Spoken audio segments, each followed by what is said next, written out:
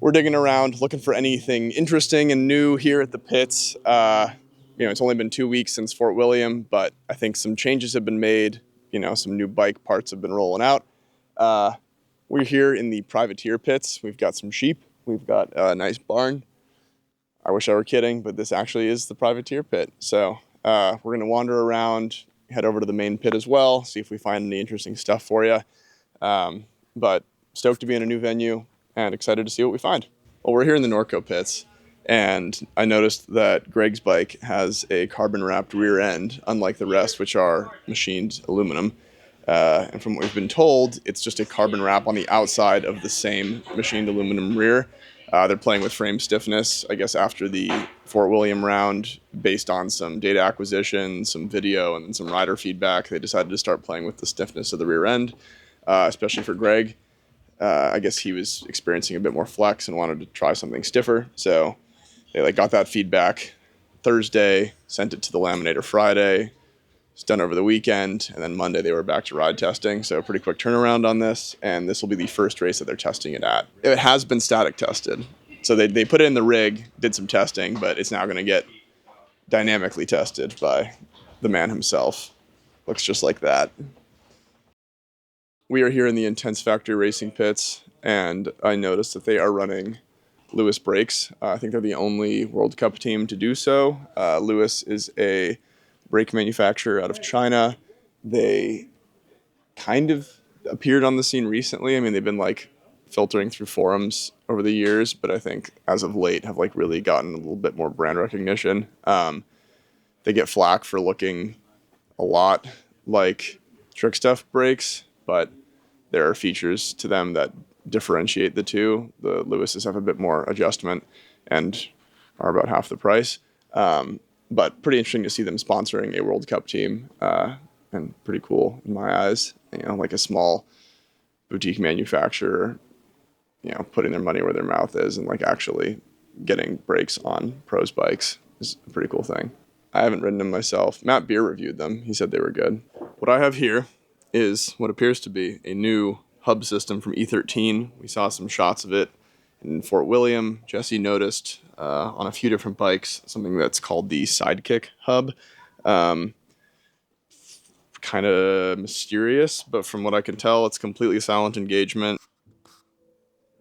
It spins free like a Sprag clutch hub would, but it engages like a Paul hub. It has a few different detents throughout.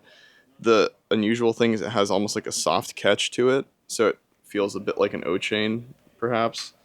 That's my best guess as to what it's doing versus a regular hub where there's a hard catch right when the ball engages. This kind of has a few degrees of slop or soft play between first catch and actual hard stop. So don't really know much about it, but it's a pretty interesting thing. We haven't seen a new style of hub in a long time. People just run what they run, be it a ratchet, Paul hub, or a Sprag clutch thing. But this is potentially something, maybe a combination of all those, maybe its own thing. I'm not really sure, but it's got labels. It looks pretty legit. It's laced to production rims, so maybe we'll be seeing these soon. We'll find out. But it's even got a cool silver disc on it. Okay, we are here at the Canyon pits. No one will tell us anything, but we've got some speculative thoughts about the prototype high pivot sender behind me here. Matt has an article up on the site kind of speculating as to what the linkage is doing exactly, but suffice to say there's a lot of links driving the shock from the swing arm rather.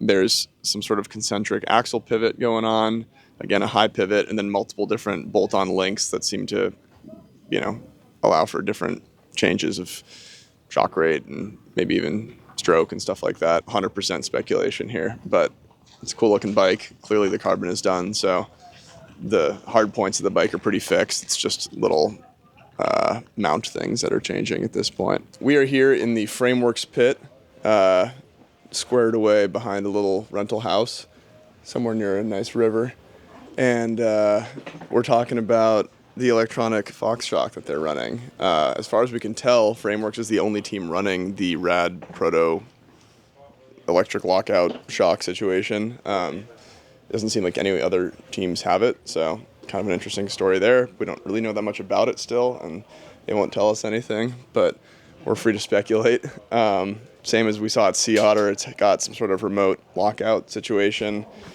It blinks, it's got pretty lights. Otherwise, a little mysterious. Like, I don't really know what the lockout is doing necessarily, except potentially just fully locking the shock out. As to whether it has like a brain function, like the flight attendant stuff, I don't really know. But looks good. It's silent, like in operation, like when you click the button. So that's kind of interesting. But that's all we know. It's a lot of speculation for now. It's got these tags on the brakes, so that's another thing. But those might just be position sensors. Mysterious. She's like, that guy's standing at my car. This is my car now. So there you have it. We got some new components, some heavy speculation, some setup changes for the new track. I'm excited to see how all this goes. You know, we've got a couple days of racing ahead of us, some enduro as well. So I'll be heading over to the enduro pits now to see if I can find any interesting stuff over there. But first off, I'm going to go for a ride, and then I'm going to hang out with those sheep. I'm going to drive my sweet new whip around. But thanks for tuning in. Subscribe for more of this stuff. And go ahead and check out the Pinkbike homepage because I'll have a ton of articles up there as well. Thank you.